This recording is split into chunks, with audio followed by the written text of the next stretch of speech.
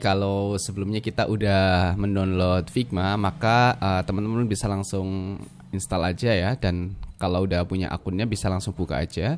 Nah, jadi di sini kita akan mempelajari tentang apa sih perbedaan antara desktop app versus web browser. Jadi banyak sekali yang nanya ya, sebenarnya apa sih perbedaan desktop app versus web browser? Nah, sebenarnya kalau dari segi interface tidak ada perbedaan sama sekali ya kalau dalam hal Figma-nya. Kita bisa coba buka di sini figma.com. Oke, jadi kalau dari segi halaman Figma-nya memang tidak ada sama sekali perbedaan ya. Nah, hanya saja kalau misalkan di web browser kita bisa lihat bahwa ya tab-nya itu gabung sama tab-tab yang lain.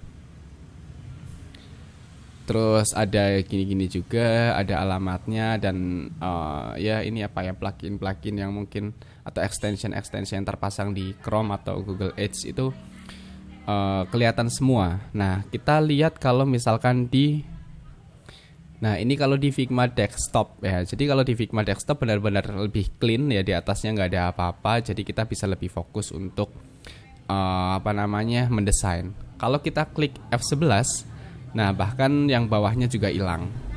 Nah, jadi ini jauh lebih clean ya, nggak ada yang kelihatan lagi. Oke, F11 nya tekan lagi, dan selanjutnya adalah perbedaannya itu terletak kalau misalkan kita tekan di sini.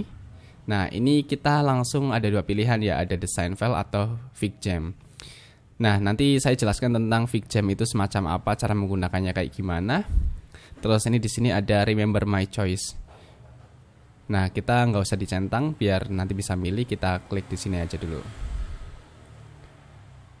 Oke, jadi kita langsung membuat file baru. Bagaimana kalau misalkan di web browser? Di web browser itu semacam ini, karena kita gabung sama yang lainnya. Jadi untuk kita memisahkan agar lebih clean, kita bisa tarik aja. Nah, oke, semacam itu. Dan kalau misalkan kita klik di sini new file, nah di sini nggak ada ya new file tab-nya ya. Kalau diklik, nah jadinya nggak ke Figma karena ini basisnya di web browser. Nah, kita klik di sini, nah langsung masuk ke tab yang sama ya. Nah, sebenarnya nggak enaknya gitu kalau di web browser. Kalau misalnya kita pengen membuat tab baru, maka kontrolnya ditahan, tombol kontrolnya ditahan, terus kita klik. Maka kita langsung berpindah tab. Oke, dan yang selanjutnya adalah perbedaannya dari sisi kecepatan.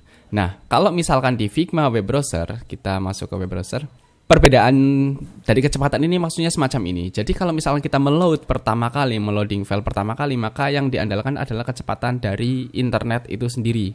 Nah, kalau misalkan di Figma app, nah maka karena beberapa file-file itu udah disimpan resource-nya di Figma, maka ketika meloading itu jauh lebih cepat daripada di web browser. Nah, itu semacam itu. Nah, yang selanjutnya lagi itu dari sisi grafis. Nah, ini yang juga sering saya alami ya ketika saya menggunakan komputer low-end atau komputer dengan spesifikasi yang cukup rendah, terutama pada grafisnya. Nah, itu biasanya itu akan membuat lelet lah, istilahnya nge-lag, atau bahkan grafisnya itu bisa jadi artefak. Itu tadi di Figma Desktop. Tapi kalau misalkan di Figma web browser itu biasanya jauh lebih lancar. Nah, itu semacam itu. Ini nggak tahu ya, ini pengaruhnya karena apa, tapi dari pengalaman-pengalaman, diskusi-diskusi dengan desainer lain, itu memang kalau di Figma web browser untuk prototyping jauh lebih lancar daripada di Figma Desktop app. Oke. Semacam itu perbedaan antara Figma Desktop dan Figma web browser. Mana yang lebih kalian sukai?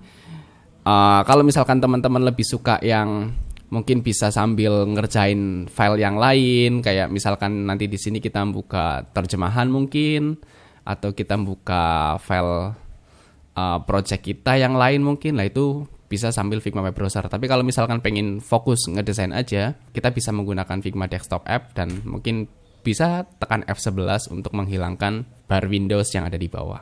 Oke, semacam itu. Kita lanjut ke materi selanjutnya.